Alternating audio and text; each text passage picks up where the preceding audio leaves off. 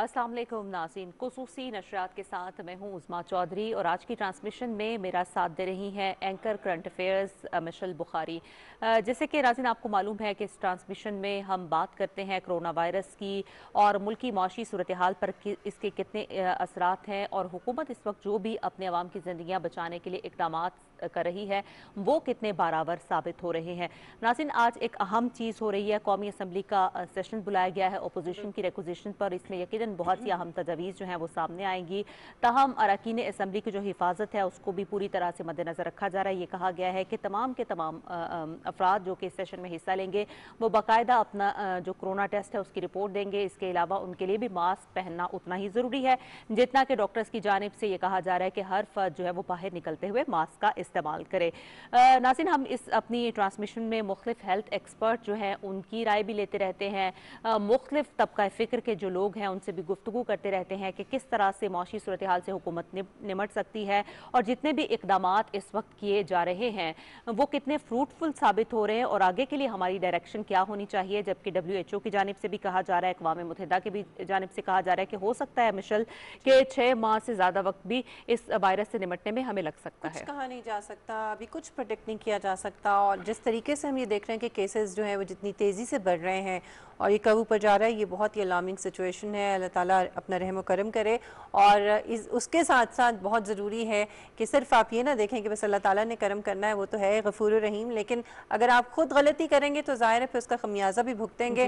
और एहतियाती जो तदबीर हैं उनको इख्तियार करना इस वक्त सबसे ज़्यादा ज़रूरी है। हुकूमती इक़दाम अपनी जगह, लॉकडाउन को अब ईज़ डाउन किया गया है। ज़ाहिर है ईद भी करीब आ रही है, मेल जोल भी होना है, लोगों से मिलना भी है, आपको बाहर भी निकलना है, अपने काम भी करने, ज़िंदगी को नॉर्मल जो है नॉर्मल की तरफ भी लेके जाना है। लेकिन इसका मतलब हरगिज़ ये नहीं है कि जो एहतियाती तदबीर हैं हम उनको भी छोड़ दें और हम ये समझें कि चूँकि अब लॉकडाउन ख़त्म हो रहा है, चूँकि अब हम नॉर्मल ज़िंदगी की तरफ जा रहे हैं तो अब हमने हाथ भी नहीं धोने हैं, हमने सैनिटाइज़र भी यूज़ नहीं करना, हमने मास्क यूज़ नहीं करना, ना हमने सोशल डिस्टेंसिंग का ख्याल करना है। तो ये बहुत खाम ख्याली और बहुत ही गलत बात होगी। इसके ऊपर बार बार हमारा ये काम है, मीडिया के ज़रिए हमारी कोशिश है कि हम बार बार आपको अवेयर करें, आपको अपडेट करें सूरत हाल से और आपको ये बताएं कि इस वक्त केसेस जो हैं वो बढ़ रहे हैं, इस वक्त खतरा जो है वो पहले से कहीं ज़्यादा है। इसलिए आपको एहतियात भी पहले से कहीं ज़्यादा करनी है। अगर आप घर से बाहर निकल भी रहे हैं तो तमाम तर SOPs का, तमाम एहतियाती तदबीर का आप ख्याल रखिए। हम कोशिश करेंगे कि आज भी हम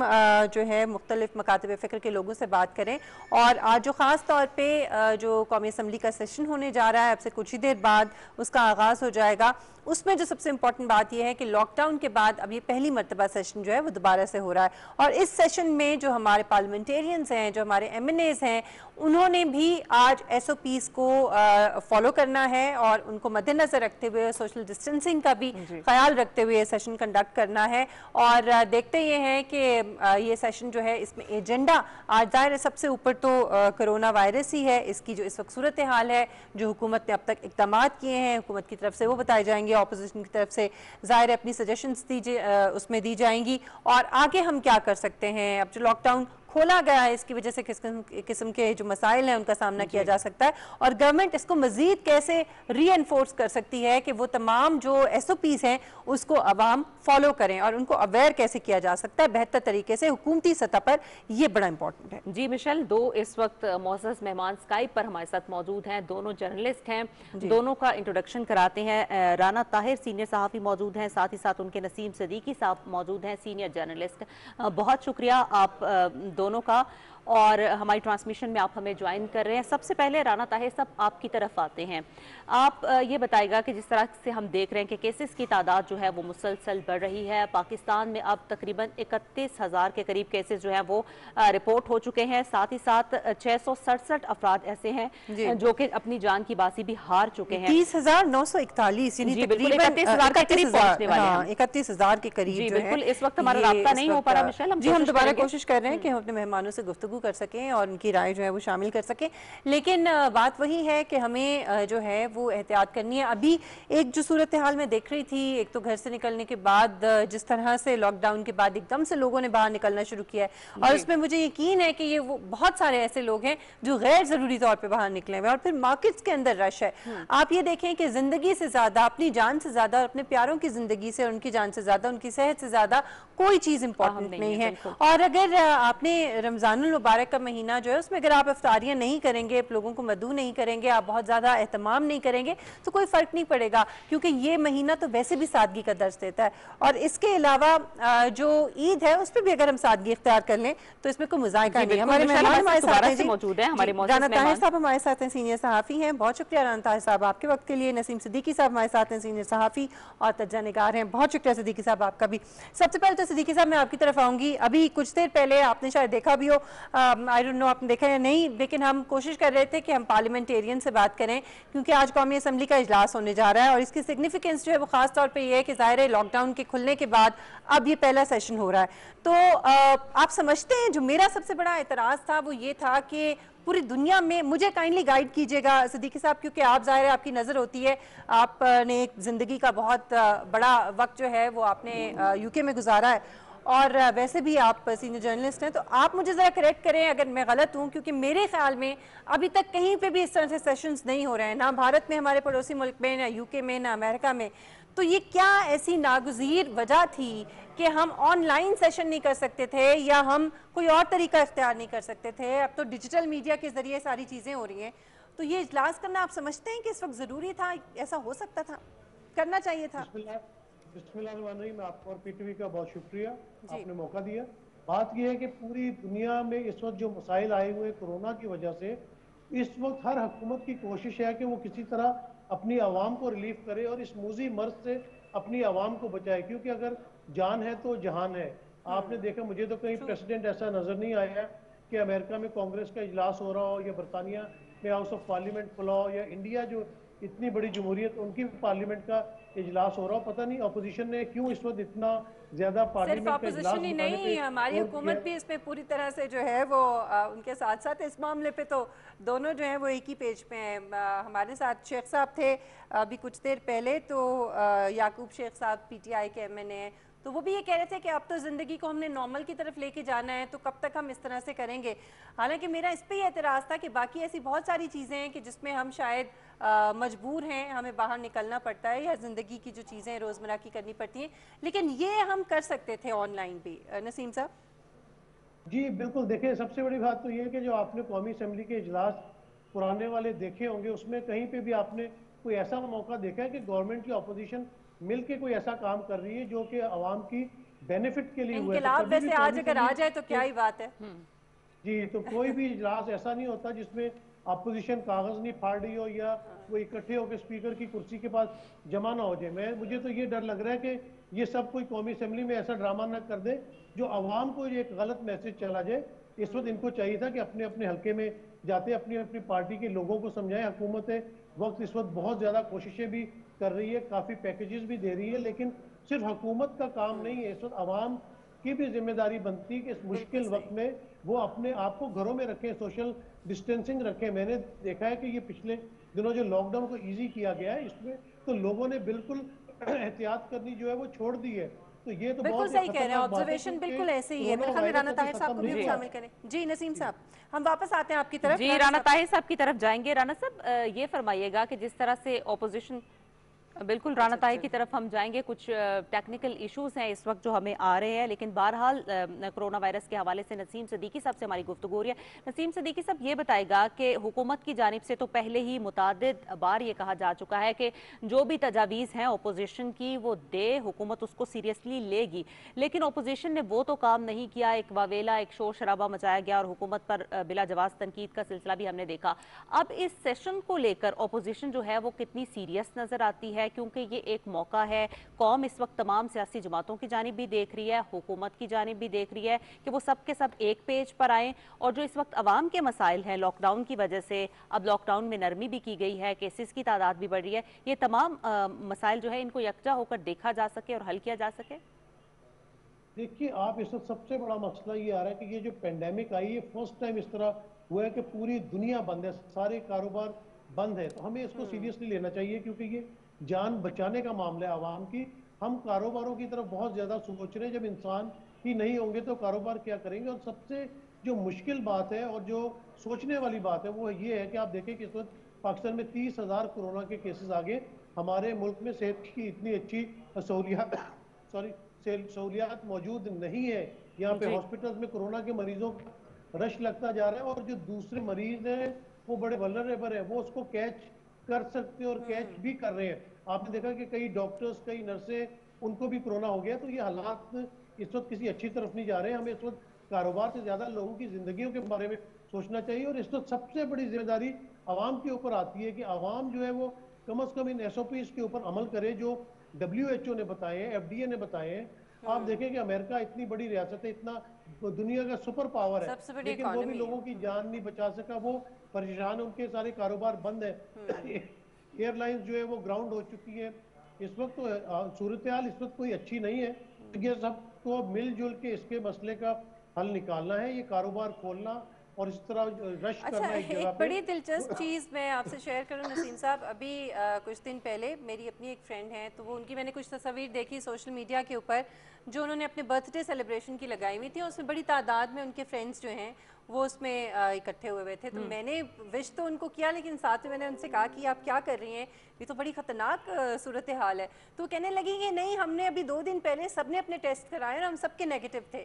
तो ये भी बड़ी एक गलत फहमी है लोगों की। मैं सर पकड़ के बैठ गई कि अच्छे भले पढ़े लिखे लोग जो हैं वो इस बात को समझ नहीं रहे कि अगर आपका टेस्ट नेगेटिव भी आ गया है तो उसके बाद भी आप एक सिम्टोमेटिक कैरियर हो सकते हैं, आप उसके बावजूद एक कैरियर साबित हो सकते हैं, और खुदा न खास्ता ये दोबारा भी आपके अंदर जो है ये वायरस दोबारा पैदा हो सकता है, या आप उसके लगाने का दूसरों तक मुंतकिल करने का बायस बन सकते हैं। तो लोगों को अभी तक, अगर पढ़े लिखे लोगों को, अच्छे भले समझदार लोगों को इस चीज़ की समझ नहीं आ रही, तो आम आदमी बेचारा कैसे समझेगा। आप समझते हैं कि कोई थोड़ी सी सख्ती करनी पड़ेगी हुकूमत को, कोई सख्त इक़दाम उठाने चाहिए। अब लॉकडाउन तो खोल दिया, लेकिन जैसे लोग मार्केट्स में हम देखें अच्छा खासा रश है, तो क्या करें, गवर्नमेंट क्या कर सकती है, आपको क्या लगता है? मिशेल, आपने बहुत अच्छा पॉइंट बताया है। देखिए कि पढ़े लिखे लोग जो है वो इसको सीरियस नहीं ले रहे, जबकि रोजाना हम टीवी पे देखते हैं कि हजारों अमवात दुनिया भर में हो रही है, दुनिया भर के कारोबार बंद है। इसमें लोगों को ये बड़ी अच्छी आपने पॉइंट रेज किया कि ये कोई बात नहीं कि अगर आपने अपना टेस्ट करवा लिया है और वो नेगेटिव आया है तो आपको क्या दोबारा नहीं होगा। आपको तो टेस्ट के फौरन बाद जो है वो, अगर किसी से आपने वायरस जो है वो ले लिया है, आपको तो फौरन हो जाएगा, और आपने जो है 10-20 लोगों में कम से कम फैला भी देंगे। मैं तो कहता हूँ बिल्कुल गवर्नमेंट को जो अपने SOPs है उसके ऊपर सख्ती से अमल दरामद करवाना चाहिए। जो रोड्स के ऊपर मैंने अच्छा नसीम सिद्दीकी साहब, SOPs की तो बात हो गई, जैसे कि आप कह रहे हैं कि हमारी इंडिविजुअली भी जिम्मेदारी बनती है और हुकूमत को भी चाहिए कि वो सख्ती से इस पर अमल दरामद कराए। एक और इसका पहलू भी है और वो है माशी पहलू। मईशत को अपने पाँव पर खड़ा रखने के लिए हमने देखा कि गुज़श्ता दिनों हुकूमत ने बहुत से अहम फैसले भी किए। इंटरेस्ट रेट को भी कम किया गया, तामीराती शोबे को खोला गया, इसको फिर सनत का दर्जा दिया गया। काबिले अमल पॉलिसियाँ बनाने की इस वक्त ज़रूरत है। बरामदात जो हैं वो बिल्कुल ठप होकर रह गई हैं, उसकी जानिब भी हमें जाना है। ठोस हिकमत अमली इख्तियार करने की जरूरत है। कितना हम कामयाब हुए हैं अब तक, और आगे के लिए हमारी क्या डायरेक्शन होनी चाहिए? देखिए, गवर्नमेंट की तरफ से तो बड़े पॉजिटिव स्टेप्स लिए जा रहे हैं। आपने देखा कि एहसास प्रोग्राम के जरिए लोगों को 12-12 हज़ार रुपए दिए गए। उसके बाद गवर्नमेंट की तरफ से राशन की सप्लाई की गई है, जबकि मुखैर हजरात ने भी इस काम में, कार्य खैर में बड़ा बढ़ चढ़ के हिस्सा लिया है और लोगों के घरों तक राशन पहुंचाया है। अब ये लोगों की जिम्मेदारी होती है कि वो कम से कम घरों में बैठे। जब तक अगर आवाम कोऑपरेट नहीं करेगी हुकूमत के साथ। जी नसीम सिद्दीकी साहब, हमारे साथ ही रहिएगा। इस वक्त हमें अपडेट करना है और इस वक्त PTI रहनुमा खुर्रम शेर जमान मीडिया से गुफ्तगू करें। कराची में आपको लिए चलते हैं।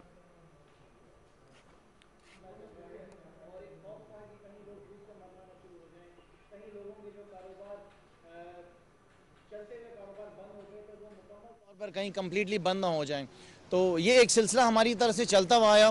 पाकिस्तान तहरीक इंसाफ ने इसमें लीड ली और अल्हम्दुलिल्लाह कि हम अपने इस मकसद के अंदर कामयाब हुए कि कम से कम कुछ SOPs जो हैं वो सेट हो गई और SOPs के तहत जो है आज कराची की बेशतर मार्केट जो हैं वो बंद हो गया।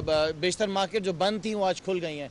कुछ थोड़ी बहुत कन्फ्यूजन अभी भी है, लेकिन यह है कि एक अच्छा मैसेज ये है कि कम से कम शुरुआत हो गई है और हम एक्सपेक्ट करते हैं सिंध गवर्नमेंट से कि हमें वापस उनके ऊपर इस तरह इतना प्रेशर ना डालना पड़े और हालात को देखते हुए वो चीज़ों के अंदर और बेहतरी लेकर आएँ और SOPs के तहत जो है मार्केटों को और भी इजाज़त दी जाए। कुछ टाइमिंग्स के भी इश्यूज़ हैं और उसको भी मैं चाहूँगा, क्योंकि कहीं ऐसा नहीं है कि कोरोना जो है वो शाम के 5 बजे निकलता है या शाम को 5 बजे के बाद कोरोना निकलता है। जो टाइमिंग जैसे दिए हैं कि 5 बजे के बाद बंद हो जाए। रमज़ानुल मुबारक का महीना है और मैं समझता हूँ कि दिन में लोग आराम करते हैं, शाम में लोग निकलते हैं, तो गवर्नमेंट ऑफ सिंध इस चीज़ को कंसिडर करें कि मार्केट जो हैं वो शाम तक खुली रहें और फ़र्क नहीं पड़ता कि दिन में 5 बजे से पहले कोरोना नहीं निकलेगा और शाम में निकलेगा। उसके साथ साथ एक चीज़ और मैं कहना चाहूँगा बहुत ज़रूरी कि SOP सेट तो कर दी गई हैं, लेकिन SOPs ऐसी हैं कि वो ब्लैंकेट SOP सेट कर दी गई हैं कि सबको बता दिया गया है कि उसने मास्क पहनने हैं या उसने हैंड सैनिटाइज करने हैं या उसने जो है एक डिस्टेंस रखना है। लेकिन उसके साथ साथ मैं समझता हूँ कि जिस तरह सारी इंडस्ट्रीज़ खुली हैं, मार्केट्स खुली हैं, दुकानें खुली हैं, अलग अलग कारोबारी मामला शुरू हैं, तो SOPs जो हैं वो उनके हिसाब से ही होनी चाहिए। जैसे कि प्लास्टिक इंडस्ट्री है तो प्लास्टिक इंडस्ट्री के हिसाब से SOPs होनी चाहिए। अगर कंस्ट्रक्शन इंडस्ट्री को खोला गया है तो वो SOPs जो हैं वो कंस्ट्रक्शन इंडस्ट्री के हिसाब से होनी चाहिए। ऐसा नहीं हो सकता कि अगर कोई रेस्टोरेंट है उसकी SOPs और उसके साथ साथ अगर कंस्ट्रक्शन इंडस्ट्रीज़ हैं उनकी जो SOPs हैं वो एक जैसी हैं, वो सेपरेट होनी चाहिए। तो ये एक सिंध गवर्नमेंट से हमारी रिक्वेस्ट है कि इसको ज़रूर देखें। ये शायद एक बहुत बड़ा मेजर एक इम्पॉर्टेंट पॉइंट था जो उनकी तरफ से मिस हो गया है। दूसरा जो इशू बहुत बड़ा है जिसको हम पहले भी हमने हाईलाइट किया, लेकिन ज़ाहिर है कि ज़ोर हमारा लॉकडाउन पे था, तो आज से हमने एक नया मिशन उठाया है पाकिस्तान तहरीक इंसाफ ने, और वो हमारा मिशन ये है कि सूबे सिंध के जो हॉस्पिटल्स हैं वो हमने पाकिस्तान पीपल्स पार्टी की हुकूमत से ठीक करवाने। जिस तरीके से हमारे हॉस्पिटल्स की बर्बादी हुई हुई है, जिस तरीके से इस 12 साल में पाकिस्तान पीपल्स पार्टी ने ऐसा महसूस होता है कि पर्पसली अपने सारे हॉस्पिटल्स को तबाह किया है, उनका चाहे वो इंफ्रास्ट्रक्चर हो, चाहे वहाँ पे मेडिसिन्स की अवेलेबिलिटी हो, चाहे उसके निज़ाम को बेहतर करने की बात हो, वो तकरीबन पूरे सूबे सिंध के जितने हॉस्पिटल्स हैं उनका बुरा हाल है। शायद गिने चुने जो गवर्नमेंट के हॉस्पिटल्स होंगे 1 या 2, वो पूरे सूबे सिंध के अंदर जो है वो आपको ठीक नज़र आएंगे। तो लिहाजा पाकिस्तान तहरीक इंसाफ ने यह आज से फ़ैसला किया है कि जब तक सूबे सिंध के हॉस्पिटल्स ठीक नहीं हो जाएंगे, हमारी इसी तरीके से ये प्रेस कॉन्फ्रेंसेस चलती रहेंगी, हम इनके हॉस्पिटल में छापे मारते रहेंगे, हम आवाम को दिखाते रहेंगे कि सूबे सिंध के अंदर पाकिस्तान पीपल्स पार्टी ने हॉस्पिटल्स को किस तरह तबाह किया है। हाँ, अगर कुछ हॉस्पिटल्स हैं जिनका अगर आप बोलें तो मैं नाम भी ले लेता हूँ, जैसे कि ओजा हो गया, जैसे कि इंडस हॉस्पिटल हो गया, डाउ हो गया, कुछ हॉस्पिटल्स ऐसे, सॉरी हाँ, घम्बट हो गया, कुछ हॉस्पिटल्स ऐसे हैं जिनको कंटिन्यूस बेसिस पे अरबों रुपए देते जा रहे हैं, अरबों रुपए देते जा रहे हैं, अरबों रुपए देते जा रहे हैं। आज से कुछ दिन पहले एक हॉस्पिटल और है जिसको 400 करोड़ रुपए दिए गए हैं और अंदाज़न अभी तक कोई 2.5 अरब रुपए कोविड के नाम पर खर्च हो चुका है। मेरा ये सवाल है कि जिन हॉस्पिटल्स को जो 4 से 5 आपके पसंदीदा हॉस्पिटल्स हैं जिनको आपने खरबों रुपए दे दिए हैं, उनसे आवाम को फ़ायदा क्या हुआ है? 4 से 5 लोग हैं जो कि कमेटी के मेंबर हैं जिनके ज़रिए 2.5 अरब रुपए खर्च कर चुके हैं, लेकिन आवाम के पास इसका कोई हिसाब किताब नहीं है। जैसे कि हम अगर एग्ज़ाम्पल ले लें इंडस हॉस्पिटल की, तो मेरे ख्याल से एक बहुत बड़ी रकम जो है इंडस हॉस्पिटल को कोविड के सिलसिले में पिछले दिनों दी गई हैं, लेकिन अगर आप देखें तो हमें मालूम चला है कि वहाँ पे शायद मेरे ख्याल से खाली 15 जो हैं वो वेंटिलेटर्स हैं और ये 18 से 20 जो हैं वो खाली बेड्स हैं, जो कि 5 बेड्स हैं सॉरी, जो कि जिसमें आपके कोरोना के पेशेंट्स हैं। तो हम ये जानना चाहते हैं कि आपने आज तक 12 साल में अपनी तैयारी करी क्या? इन 5 हॉस्पिटल्स को आप पैसा देते गए, आप NGOs को पैसा देते गए, आपने अपने जो गवर्नमेंट के हॉस्पिटल्स थे आपने उनको ठीक करने की कोशिश बिल्कुल भी नहीं करी। हालांकि हमने ये देखा कि वो तबाही की तरफ जाते गए। हम आज सबसे पहले आपसे ये डिमांड ये कर रहे हैं कि जो अंदाज़न को 2.5 अरब रुपए आपने इस वक्त कोरोना के नाम पर लगा दिया है, उसका ज़रा ऑडिट तो कराइए, वो पैसा जा रहा कहाँ है, उससे आवाम को फ़ायदा क्या हो रहा है, क्योंकि वेंटिलेटर्स तो अवेलेबल नहीं हैं। उसके साथ साथ एक बहुत बड़ा ड्रामा जो आपने करा है पीपल्स पार्टी की हुकूमत ने, आपने तमाम OPDs जो हैं एक नोटिफिकेशन के ज़रिए बंद करा दी हैं। क्या आपको इसका अंदाज़ा है कि इन OPDs के बंद होने से आवाम को कितनी परेशानी है, कि अगर खुदा न खास्ता अगर मेरी तबीयत ख़राब हो जाती है तो मेरा ये सवाल है कि अगर सारी OPDs बंद हैं तो मैं जाऊँगा कहाँ?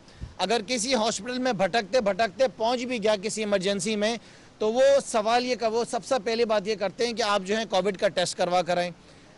अगर मैं गरीब इंसान हूँ तो वो 8 से 9 हज़ार का कोविड का टेस्ट मैं किस तरह कराऊँगा? अच्छा, अगर वो कोविड का टेस्ट हो जाए तो वो क्या गारंटी है कि वो कोविड का टेस्ट जो है वो सही होगा?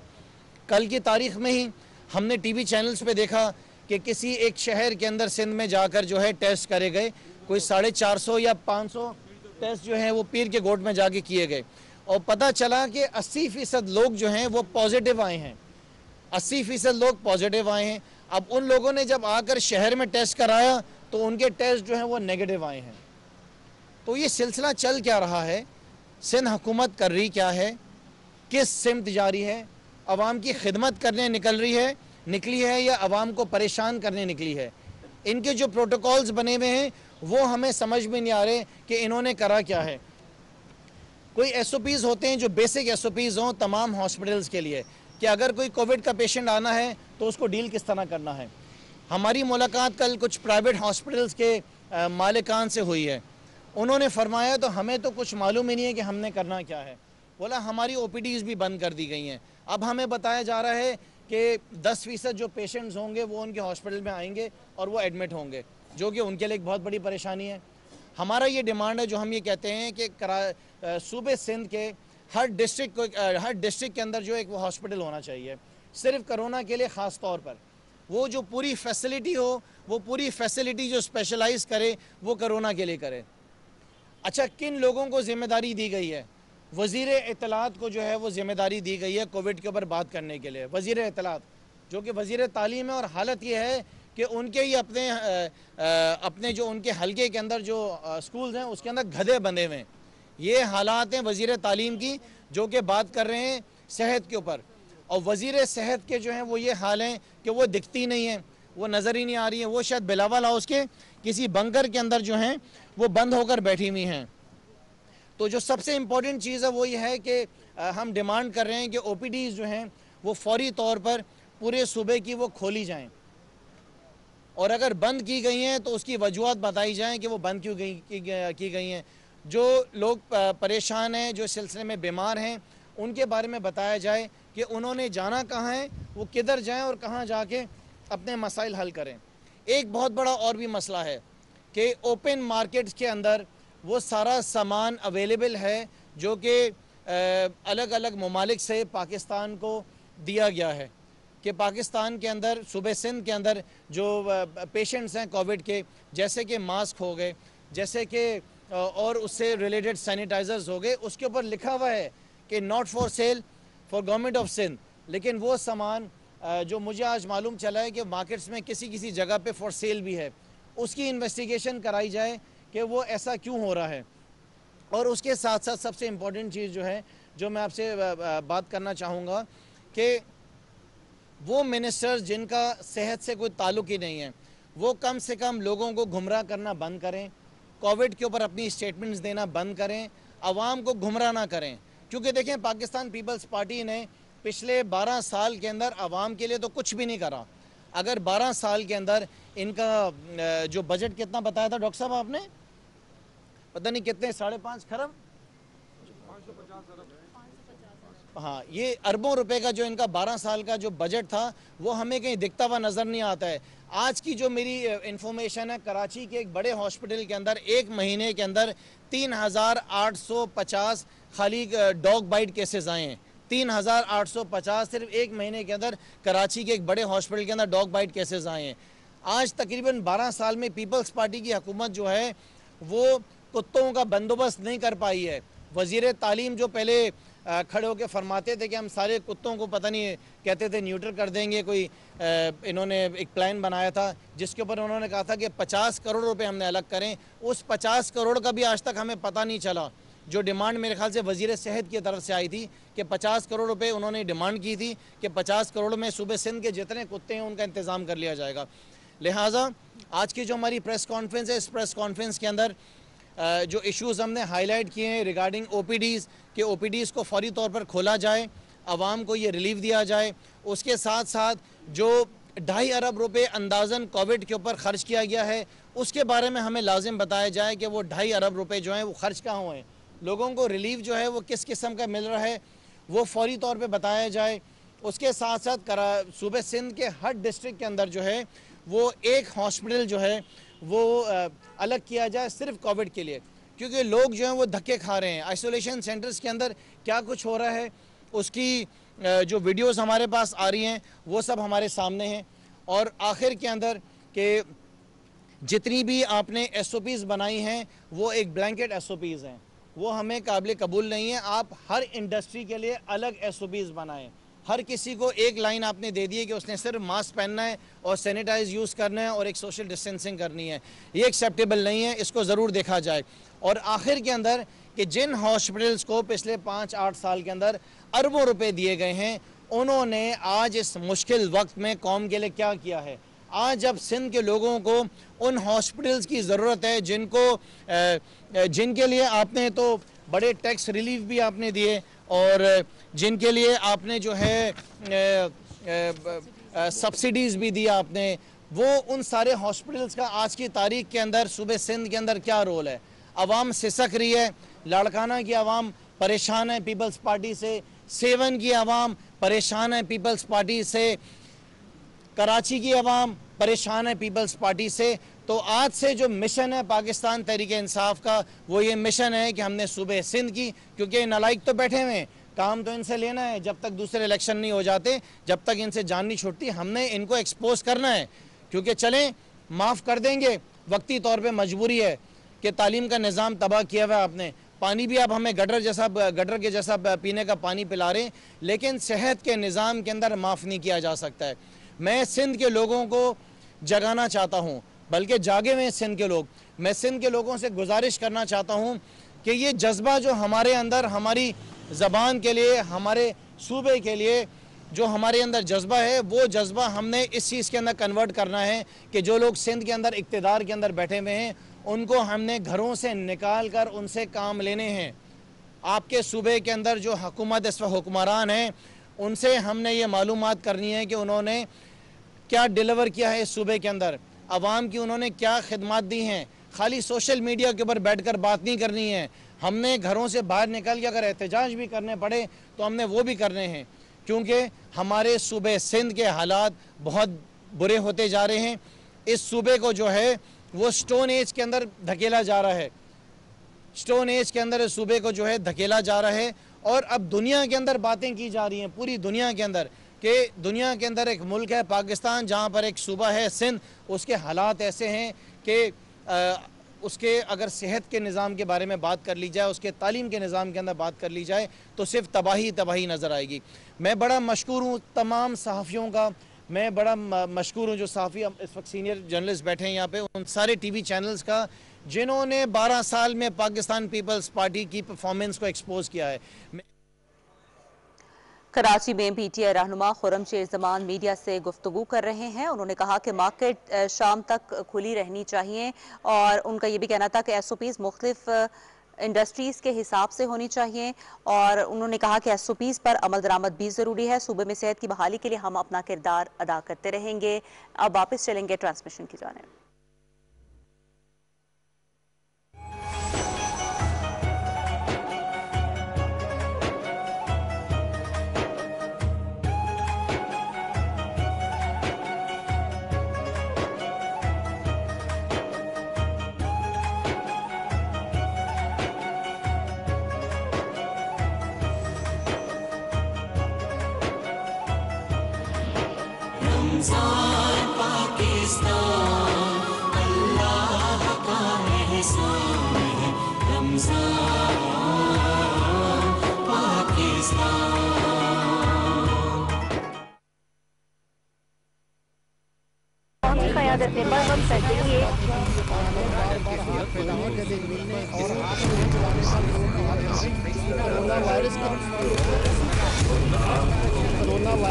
दुनिया भर में कोरोना से मुतासर होने वालों की तादाद 36,45,000 से तजावुज कर गई है।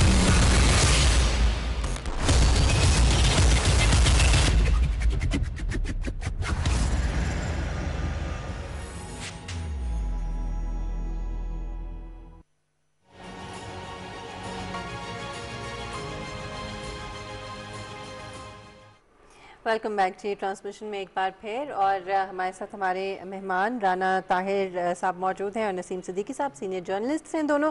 राना साहब, अभी हम इससे पहले भी जो गुफ्तगू कर रहे थे, अभी आपने शायद सुनी होगी पीटीआई के रहनुमा की भी गुफ्तगू जो कराची और सिंध की गवर्नमेंट के हवाले से बात कर रहे थे। उन्होंने ये कहा कि कोरोना का कोई वक्त नहीं है कि 5 बजे मार्केट्स बंद होंगी तो वो उसके बाद जो है वो आएगा और उससे पहले नहीं होगा। लेकिन बहरहाल कुछ ना कुछ टाइम तो देना ना, टाइम फ्रेम एक स्पेसिफिक ड्यूरेशन के इस टाइम से इस टाइम तक आप मार्केट्स में जा सकते हैं, या ये नहीं करना चाहिए? उनकी बातों से तो ऐसा लग रहा था एक अजीब सी कंफ्यूजन है, कोई कुछ बात करता है कोई कुछ बात करता है। आपको भी लग रहा है? ये मेरी ऑब्जर्वेशन है। बात ये है कि इनसे खुरम शेर जमान साहब से कोई पूछे कि ये अपना ये फैसले जो है ये कौमी सतह पर हुए हैं। इस्लामाबाद में भी 5 बजे शॉप्स बंद करने का कहा गया है जी। तो इस्लामाबाद में तो पीटीआई की गवर्नमेंट है तो इस्लामाबाद और कराची, अगर कराची वाले यानी कुछ लोग ऐसे हैं जिन्होंने ये तहिया किया हुआ है कि उनके मुंह से कोई मुस्बत बात नहीं निकलनी। अच्छा, कुछ टेक्निकल इशू है राना ताहिर साहब, हम कोशिश करेंगे कि दोबारा आपकी तरफ आए। नसीम सिद्दीकी साहब की तरफ जाएंगे। नसीम साहब, आपसे मईशत के हवाले से बात हो रही थी। हमारी मईशत का चलता हुआ पहिया अचानक कोरोना की वजह से रुक गया। बहुत बड़ी तादाद में लोगों के बेरोजगार होने का खदशा था, जिसके पेश नज़र हुकूमत ने यह फैसला किया कि छोटे कारोबार को मुख्तलिफ किस्म के SOPs को लाकर खोला जाएगा। अब कारोबार को तो खोल दिया है, लेकिन साथ साथ जो केसेस की तादाद है वो हम देखते हैं कि बहुत ज्यादा बढ़ना शुरू हो गई है। और चाइना की हमारे साथ सामने मिसाल है। चाइना में मुकम्मल तौर पर काबू पाने में वो कामयाब हो गए थे, लेकिन उसके बाद जैसे ही लॉकडाउन को खोला गया, नरम किया गया, वहां पर भी केसेस दोबारा से नमूदार होना शुरू हो गए। ऐसे में अब हम क्या करें? हमारे यहाँ पे सबसे बड़ा मसला ये कि हम पहले से ही एक गरीब मुल्क है और हमारी मईशत, जब से पीटीआई की गवर्नमेंट आई है, खजाने में पैसे नहीं थे, उसकी वजह से मईशत पहले ही बहुत बुरी तरह जो है गिर रही थी और हुकूमत बड़ा कोशिश कर रही थी कि इसको किसी तरह उठाए। और ऊपर से ये कोरोना का मसला आ गया। मईशत पे तो बहुत कारी जरब लगाई इस कोरोना ने। दुनिया में जो अरबपति हैं वो करोड़पति होके रह गए हैं इस वक्त। लेकिन मसला सिर्फ ये कि हमें इस वबा से निपटना कैसे है। अगर हम मईशत के पीछे बहुत ज्यादा जाएंगे तो इस कोरोना के फैलने का भी बहुत खदशा है। और अगर ये कोरोना बहुत ज्यादा फैल गया तो मसाइल पाकिस्तान के फिर दोबारा बढ़ेंगे। तो इसमें सबसे इंपॉर्टेंट बात वही है कि जो SOPs बनाए जाए उसके ऊपर सख्ती से अमल दरामद कराया जाए। जो इलाके का SHO है, जो असिस्टेंट कमिश्नर है, डिप्टी कमिश्नर है, इनको चाहिए कि ये हर इलाके में जाए और अगर कोई SOPs के ऊपर अमल नहीं कर रहा तो उस दुकान को बंद कर दें, उसको सील कर दें, ताकि दूसरे लोगों को कम से कम एक मिसाल मिले। क्योंकि अगर लोग SOPs पे अमल नहीं करेंगे तो ये कोरोना इस बुरी तरह फैलेगा कि हमारे लिए मरीजों को संभालना मुश्किल हो जाएगा। सिद्दीकी साहब, कहा तो ये जा रहा है हुकूमत की तरफ से भी कि अगर SOPs पे अमल दरामद नहीं होगा तो इलाके को सील कर दिया जाएगा, उस मार्केट को सील कर दिया जाएगा। लेकिन उसके बावजूद ऐसा लगता है कि लोग समझने के लिए तैयार नहीं है। जो शुरू में थोड़ी सी सख्ती की गई थी, या लॉकडाउन किया गया था, उनको कहा गया था कि घर बैठें, तो थोड़ा सा डर और खौफ शायद जो है वो क्रिएट हुआ, जिसकी वजह से लोग महदूद हुए थे। लेकिन अब वो डर और खौफ ऐसा लगता है कि खत्म हो गया है, बजाय इसके कि खतरे को भांपते हुए लोग और ज्यादा मोहतात हो जाते। अभी आपने ये देखा है कि इसकी एक वजह मुझे ये लगता है कि वो कंफ्यूजन है जो शायद हमारी हुकूमती सतह पर कहीं ना कहीं है। जैसे अभी खुरम शेर जमान साहब ने जो बात की टाइमिंग्स के हवाले से मार्केट्स की और कारोबार की, वो हालांकि उनकी अपनी गवर्नमेंट ने ये इंस्ट्रक्शंस दी हैं, तो ये कंफ्यूजन जो है ये क्या आप समझते हैं कि ये एक बड़ी वजह है, लोगों को भी कंफ्यूज कर रही है? विशाल, यहाँ पे मैं एक बात कहना चाहता हूँ कि अगर आप शॉर्टर टाइम के लिए दुकानें खोलेंगे तो रश ज्यादा जी। होगा। नसीम सिद्दीकी साहब, आपकी तरफ आएंगे। इस वक्त हमें एक फौरी तौर पर अहम खबर देनी है। मुशीर इत्तलात खैबर पख्तूनख्वा अजमल वजीर इस वक्त मीडिया से गुफ्तगू करें, आपको सुनवाएंगे।